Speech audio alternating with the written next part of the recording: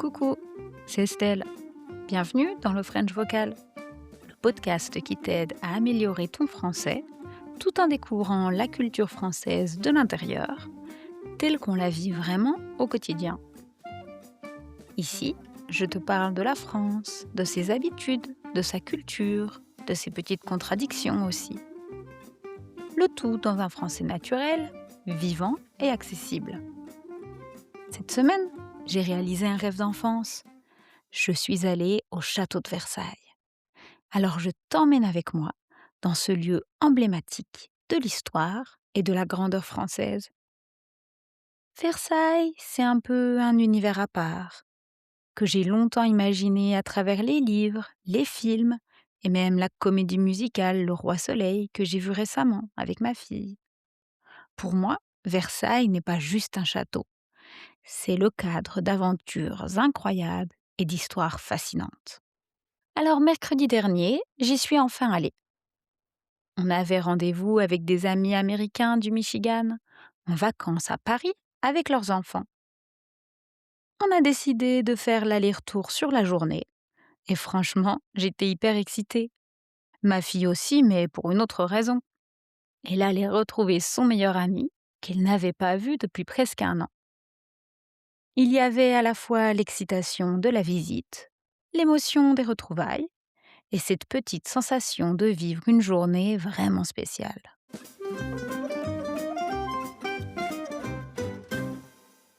Pour se rendre à Versailles, c'est très simple.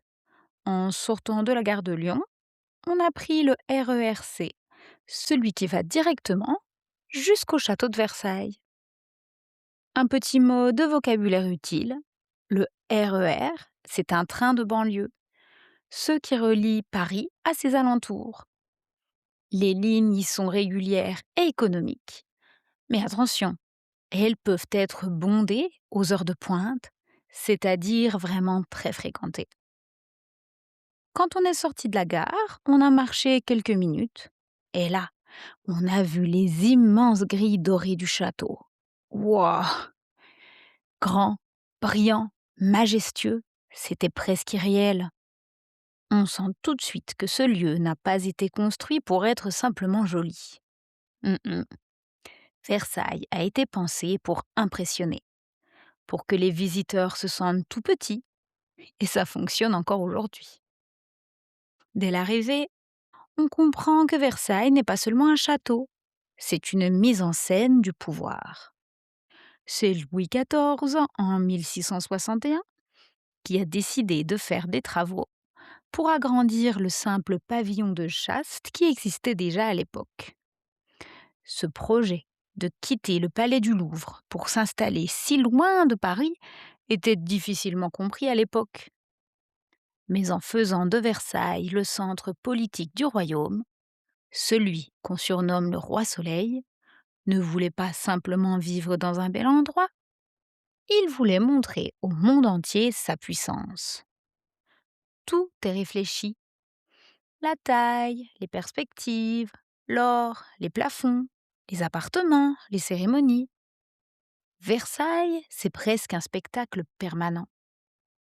La galerie des glaces, par exemple, elle est si longue et majestueuse parce qu'elle devait accueillir les cérémonies et les réceptions les plus importantes, tout en reflétant la lumière et la grandeur du roi grâce à ses 357 miroirs. Oui, oui, j'ai bien dit 357 miroirs dans une seule pièce. Et d'une certaine manière, c'est aussi pour ça que les Français restent fascinés par ce lieu.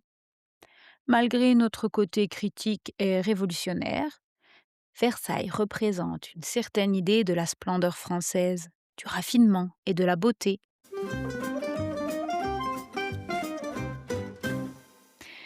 Maintenant, parlons du côté pratique pour y aller. Oui, Versailles vaut le détour, mais il faut un minimum de préparation.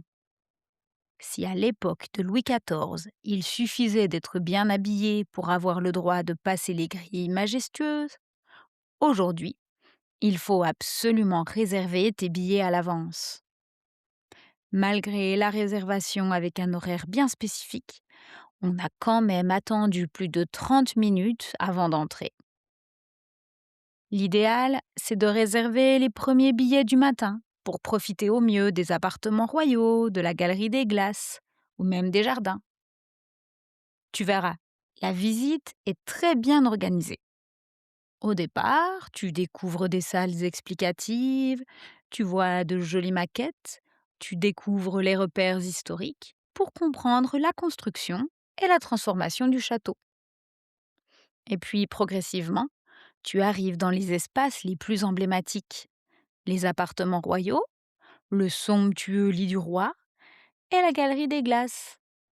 Tout y est théâtral et codifié, et même dans les objets du quotidien, tout rappelle le pouvoir et le prestige de Louis XIV. Par exemple, j'ai vu une très belle horloge, ou plus exactement un magnifique coucou, dans la chambre du roi. Il est superbe, il brille de mille feux, et il rappelle que la seule chose à laquelle le roi obéissait était le temps. Une jolie manière de se rappeler le rigoureux contrôle qu'il avait sur son quotidien et sur Versailles. Si comme moi, tu prévois d'aller visiter le palais avec des enfants, prépare-les un peu. Les petits livrets conçus par le château à leur destination sont très pratiques. Et tu peux leur proposer, comme nous, un petit jeu qui consiste à repérer le maximum d'animaux dans les décors. Ça rend la visite beaucoup plus vivante et amusante. Ensuite, bien sûr, les jardins de Versailles sont un véritable havre de calme après l'intensité du château. On y trouve des bosquets soigneusement aménagés, des fontaines majestueuses, des allées longues et droites. Et cette impression de sérénité et d'espace incroyable. Même après la foule des salles intérieures, le contraste est saisissant. On respire, on se sent libre et immergé dans l'histoire et la beauté. Si la météo est bonne, je te recommande de louer des vélos pour pouvoir explorer à ton aise, car le parc est vraiment immense. Et si tu aimes ce type d'épisode à la fois culturel, historique, vivant et surtout utile pour ton français, abonne-toi au podcast pour ne manquer aucun des prochains épisodes du French Vocal.